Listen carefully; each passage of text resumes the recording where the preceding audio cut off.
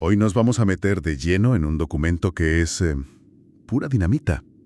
Es una entrevista a la pensadora Susan George, de finales de 2012. Y claro, para entenderla hay que viajar a ese momento. Totalmente. Recordemos lo que era España en 2012. Plena crisis de la deuda, la prima de riesgo por las nubes, el paro juvenil. ¿Disparado? Había una sensación de que el país se iba por el desagüe y nadie entendía muy bien por qué. La idea hoy es usar esta entrevista para descifrar un poco el diagnóstico que hacía George en tiempo real, en el epicentro del terremoto.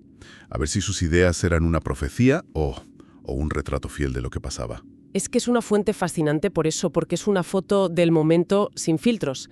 Y Susan George no es una analista cualquiera, es presidenta de honor de ATT, una voz de referencia para los movimientos sociales. Claro.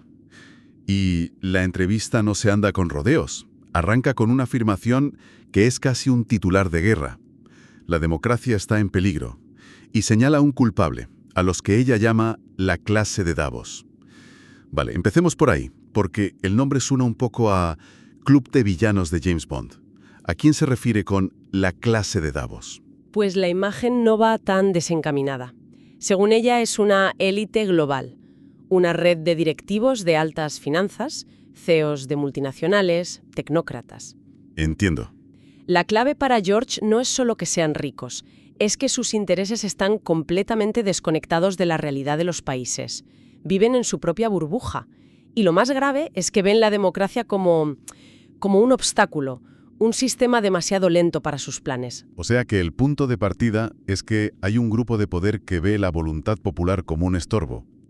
Una acusación muy seria. Y supongo que a partir de ahí analiza las políticas de entonces. La palabra del momento era austeridad. Ella va un paso más allá. Usa un término mucho más duro. Austericidio.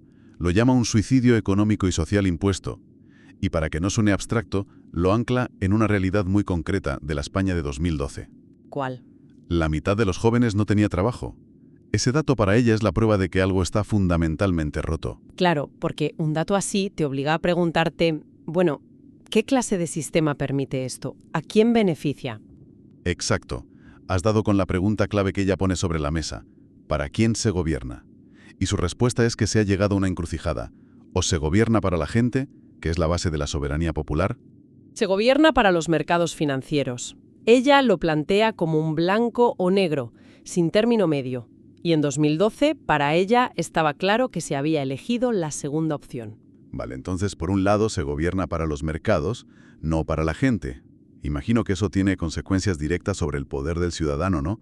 Sobre esa idea de soberanía. Totalmente. Es muy explícita. Dice que el pueblo es cada vez menos soberano.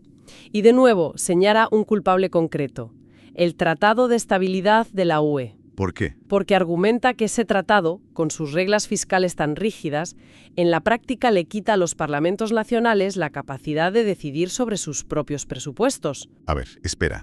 Entonces, según su análisis, no es solo que mi voto valga menos, es que el voto de todo un país en su parlamento pierde poder de decisión en lo económico. Esa es exactamente su conclusión, y es desoladora. Describe un vaciado de la democracia. Dice que mina los dos pilares, la democracia directa, porque los ciudadanos no controlan esas decisiones, y la representativa, porque los diputados se convierten en meros gestores de directrices que les vienen dadas. El poder, según ella, se ha fugado a otra parte. Es un escenario de impotencia total. Y creo que es aquí donde ella suelta la frase más brutal, la que da titular a la entrevista. Dice que españoles y griegos son como ratas de laboratorio. Sí.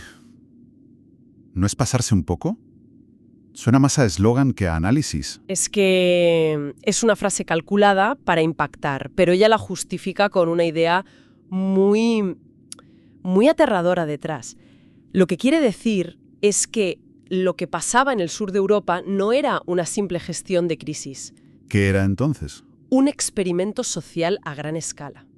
Un experimento. ¿Para qué? ¿Cuál sería el objetivo? Medir qué nivel de castigo y sufrimiento puede ser aceptado por esta sociedad sin que la gente se rebele. Madre mía. Es una forma de testar los límites, hasta dónde se puede recortar, hasta dónde se puede apretar, antes de que el sistema salte por los aires. En su visión, éramos el laboratorio. Es escalofriante, porque implica una intención, no solo errores. Y eso conecta con la gran pregunta de la época: ¿por qué no había una rebelión? Ella menciona a los indignados, sí, pero también reconoce que la última huelga general no tuvo el éxito esperado. ¿Cómo lo explica? Su análisis apunta a la emoción más eficaz para el control: el miedo. Hay una frase que lo resume todo: el miedo es la disciplina de una sociedad capitalista. El miedo. Sí. Argumenta que no hace falta un estado policial, basta con el miedo individual, el miedo de cada persona a perder su trabajo, su casa. Ese miedo, dice, te lleva a aceptar lo que sea, a pensar en tu supervivencia antes que en una respuesta colectiva. Claro, el sálvese quien pueda. El miedo te aísla, y a partir de aquí su visión se vuelve todavía más sombría. Habla del riesgo del fascismo. Sí, es quizás la advertencia más grave que hace. Traza un paralelismo directo con la crisis de los años 20 y 30. El crack del 29 y lo que vino después, exacto. Describe lo que llama un paradigma clásico. Cuando la desesperación económica se cronifica, la gente busca chivos expiatorios. Su predicción era que la gente podría volverse contra el vecino, al inmigrante que tienen al lado. Da vértigo pensarlo. Por otro lado, en esos años mucha de la indignación en España se centraba en la casta política, los sueldos, los coches oficiales. Desde la perspectiva de George, eso era una distracción.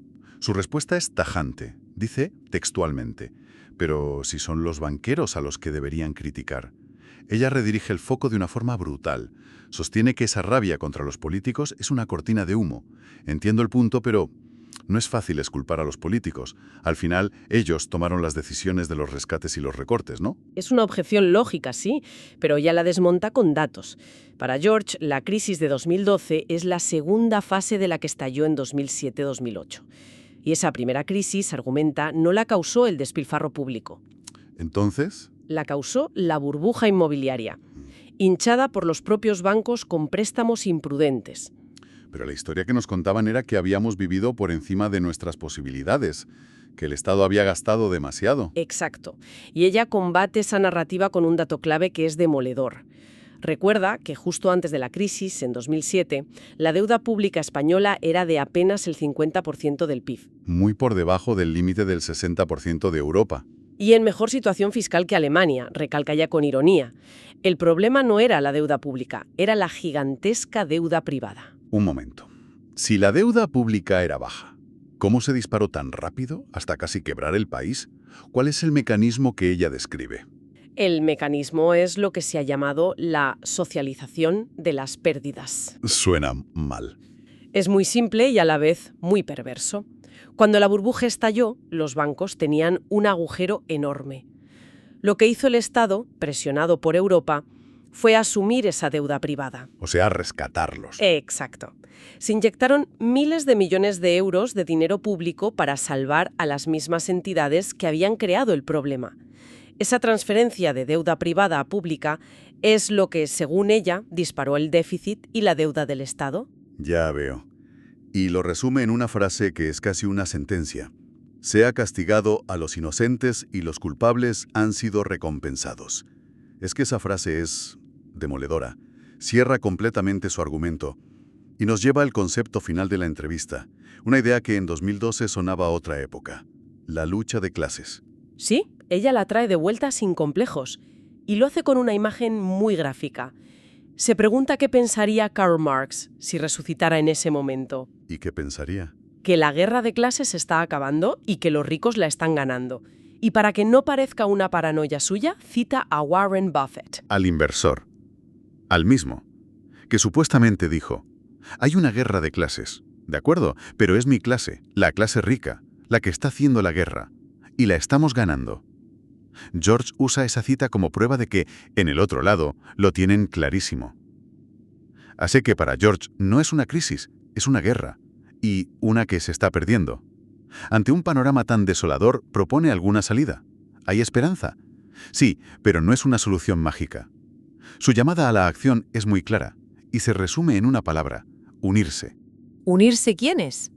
Hacer un llamamiento a todos los colectivos afectados. Estudiantes, parados, jubilados, trabajadores, sindicalistas, agricultores, que superen sus diferencias y se unan. La lógica es simple. Si la clase de Davos está muy unida, la única forma de hacerle frente es con una unidad similar. Y lo que está en juego para ella va mucho más allá de la economía, mucho más allá. Para ella lo que está en riesgo es la propia democracia y con ella todo el contrato social construido en Europa desde la Segunda Guerra Mundial. La sanidad, la educación, las pensiones. Todo el estado del bienestar. Exacto. Y en el caso de España, todo el progreso desde el final del franquismo. Su advertencia final es sobre una posible regresión histórica gigantesca. Bien. Al final, si destilamos todo esto, la idea más potente es casi una teoría de la conspiración a plena luz del día. La imagen de que la crisis no fue un accidente, sino una oportunidad que una élite usó para desmantelar el poder ciudadano. Esa es la síntesis perfecta. Usando el miedo como herramienta y a países enteros como... Conejillos de Indias. Esa es la bomba de la entrevista. Sí, es una narrativa que lo recalifica todo, de mala suerte económica a proyecto político consciente. Y por eso es importante recordar lo que es esta fuente. Es una instantánea, el pulso de la indignación de 2012. Captura, con una crudeza enorme, cómo se percibía la crisis desde una perspectiva muy crítica. Y eso nos deja con una reflexión para el presente. El análisis de Susan George tiene ya más de una década. Y la pregunta es obligada. ¿Qué elementos de su diagnóstico siguen vigentes? ¿Cuáles han cambiado? Y sobre todo, esa pregunta inquietante que ya dejaba en el aire. Aquel experimento social que describió, esa prueba para ver cuánto sufrimiento se podía tolerar, ¿llegó a terminar en algún momento o simplemente ha adoptado nuevas y más sutiles formas que ya hemos normalizado?